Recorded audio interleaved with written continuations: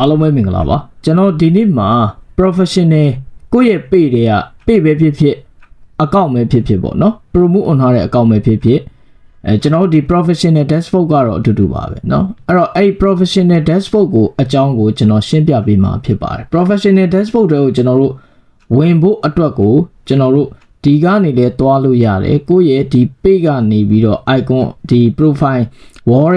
ကနေလည်းကျွန်တော်တွားလို့ရတယ်ပေါ့နော်ကြိုက်တဲ့နေရာတွားပါเนาะအဲ့တော့ကျွန်တော်ဒီ professional dashboard ကိုဝင်လိုက်မယ်เนาะဝင်လိုက်ပြီစစချင်းဝင်လိုက်ပြီဆိုလို့ရှိရင်သူကဒီမှာ challenge တွေအတွက်မိတယ်เนาะတခုတတိထားမှာကတိထားမှာကကျွန်တော်တို့ monetization နဲ့ weekly challenge တွေကမသက်ဆိုင်ပါဘူးเนาะ weekly challenge ဆိုတာဒီเนาะကျွန်တော်ဒီ page မှာ page ကို Facebook ဘက်ကနေပြီးတော့ active ဖြစ်အောင်သူကလောက်ခိုင်းနဲ့လေ့ကျင့်ခိုင်းနဲ့ဒီ system တစ်မျိုးပဲဖြစ်ပါတယ်เนาะ monetization နဲ့မပတ်သက်ပါဘူးဒီ weekly challenge တွေကိုလောက်တိုင်း monetization ရတာမဟုတ်ပါဘူးเนาะကိုယ့်ရဲ့ဒီ contact တွေနဲ့ပတ်သက်ပြီးတော့ reach တွေ engagement တွေเนาะဒီကျွန်တော်တို့ဟို share တွေ comment တွေအဲ့ဒါတွေအစရှိသဖြင့်ပေါ့เนาะ minute view တွေပေါ့အဲ့ဒါတွေအစရှိသဖြင့်ကြည့်ရှုသူတွေပေါ့အဲ့ဒါတွေနဲ့ပတ်သက်ပြီးတော့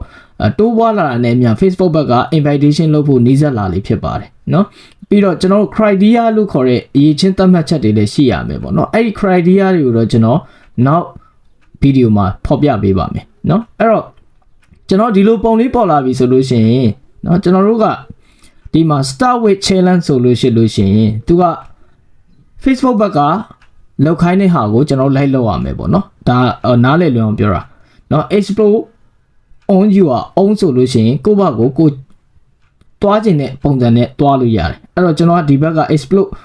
เนาะအဲ့ဒါကိုနှိပ်လိုက်မယ်เนาะနှိပ်လိုက်ပြီဆိုလို့ရှိရင်ဒီမှာเนาะဒီနေရာကိုရောက်လာမယ်ပေါ့เนาะအမှန်တကယ်တော့ဒါကတော့တိတ်တော့အရေးမကြီးကျွန်တော်တကယ်ဖော်ပြဒီနေ့ဖော်ပြပေးချင်တာကဒီဘေးနားလေးကเนาะကျွန်တော်ဒီ free course မှာကเนาะဒီ insight တို့ contact တို့ engagement တို့ကိုကျွန်တော်အထူးတလဲမဖော်ပြတော့ဘူးเนาะမဖော်ပြဘဲနဲ့ကျွန်တော်ဒီ insight ကတော့ဒီ insight အတွက်ကတော့ကျွန်တော်ဒီတင်တန်းလာတက်တဲ့သူပေါ့เนาะပတ်စံပေးပြီးတင်တန်းတက်တဲ့သူတွေအတွက်ကျွန်တော်တေးသေးချာချာရှင်းပြမယ်ဒီကောင်ကနည်းနည်းလေးအရေးကြီးတယ်သုံးသက်ချက်တွေလည်းပါမယ်ပေါ့เนาะအဲ့တော့ဒါပေမဲ့ဒီ free course မှာကြတော့ကျွန်တော်တို့တိထားမယ့်အရာလေးကဒီ monetization လောက်တိထားရင်လုံလောက်ပါတယ်เนาะ normal user တွေအတွက်ဆိုလို့ရှိရင်လုံလောက်တယ်ပေါ့ဗျာเนาะအဲ့တော့ကျွန်တော်ဒီ monetization အတွက်ကိုပဲကျွန်တော်သွားလိုက်မယ်เนาะအဲ့တော့ monetization လို့ကျွန်တော်နှိပ်လိုက်မယ်နှိပ်လိုက်ပြီဆိုလို့ရှိရင်ကျွန်တော်တို့ဒီမှာเนาะ partnership ads တို့ star တို့เนาะ subscription တို့ content monetization တို့ store fund တို့ဆိုတာပါလာပါလိမ့်မယ်အဲ့ဒီထဲမှာကိုကတိထားရမှာဒီ partnership ads ဒီလေ monetization ကိုက Facebook မှာ video တွေပုံတွေစာတွေတင်ပြီးတော့ Facebook ဘက်ကပတ်စံပေးတဲ့ monetization မျိုးမဟုတ်ဘူးเนาะအဲ့ဒါကိုတိထားရမယ်ပြီးတော့နောက်တစ်ခု star subscription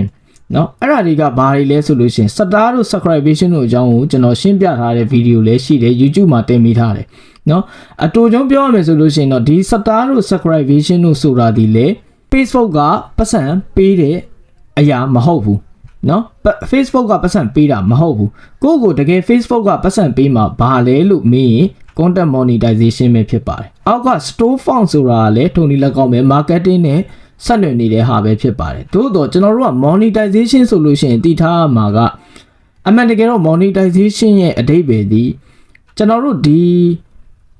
creator တယောက်တော့၎င်း marketing လုပ်တဲ့သူတယောက်တော့၎င်းပေါ့နော်ကိုယ့်ရဲ့လုံနိုင်တဲ့အရာတွေအားလုံးကိုပေါ့နော်ပရိသတ်ကိုချပြပြီးတော့လုံနိုင်တဲ့အရာတွေအကုန်လုံးကိုကျွန်တော်တို့က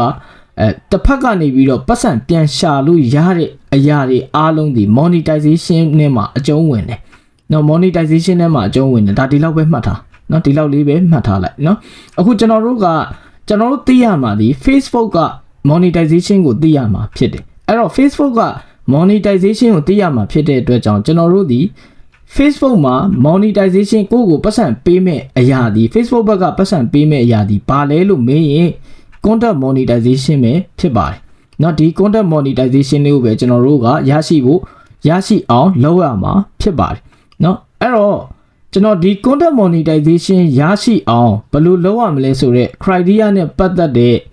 เนาะဒီအရေးချင်းသတ်မှတ်ချက်လေးတွေကိုလည်းကျွန်တော်နောက်ဗီဒီယိုမှာထပ်ပြီးတော့ပြောပြပေးမယ်เนาะအဲ့တော့ကျွန်တော်ဒီ content monetization ထဲမှာဘာတွေပါဝင်သလဲဆိုတာကိုကျွန်တော်ဒီနေ့ပြောပြပေးမယ်เนาะအဲ့တော့ content monetization ကိုကျွန်တော်တို့ဝင်လိုက်မယ် Congrats. เนาะဝင်လိုက်တဲ့အခါကျလို့ရှိရင်ဒီမှာ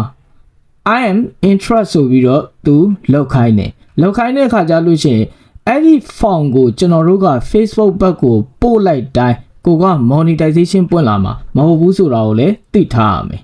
เนาะဒါကတစ်ချက်ပေါ့เนาะအဲ့တော့ကျွန်တော်တို့ကဒီတကယ်လို့ form ကတော့ပို့ရမှာပဲเนาะဘာဖြစ်လို့လဲဆိုတော့ငါစိတ်ဝင်စားတယ်ပေါ့เนาะအဲ့တော့ကျွန်တော်ဒီ I am interested ကိုနှိပ်လိုက်မယ်ဒီလိုမျိုးဖြစ်လာမယ်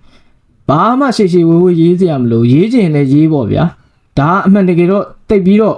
ဟိုဟာဖြစ်တဲ့အရာမဟုတ်ဘူးเนาะကျွန်တော်တို့ဆိုလို့ရှိရင်အဲ့လောက်ပဲရေးလိုက်တယ်ရေးလိုက်ပြီးတော့ပို့လိုက်တယ်เนาะရတဲ့ဥစ္စာတွေအများကြီးပဲเนาะအဲ့တော့ submit ကိုနှိပ်လိုက်မယ်ပြီးသွားပြီဒါပဲအဲ့ဒီဟာကိုဟိုနှိပ်ပြီးတော့စာရှည်ကြီးတွေရေးပြီးတော့ပို့လိုက်တိုင်းလဲ Facebook ဘက်ကအဲ့လောက်ထိဟိုဟာဖြစ်တာမဟုတ်ကိုယ့်ရဲ့စူးစမ်းမှုအပေါ်မှာမူတည်ပြီးတော့ပဲ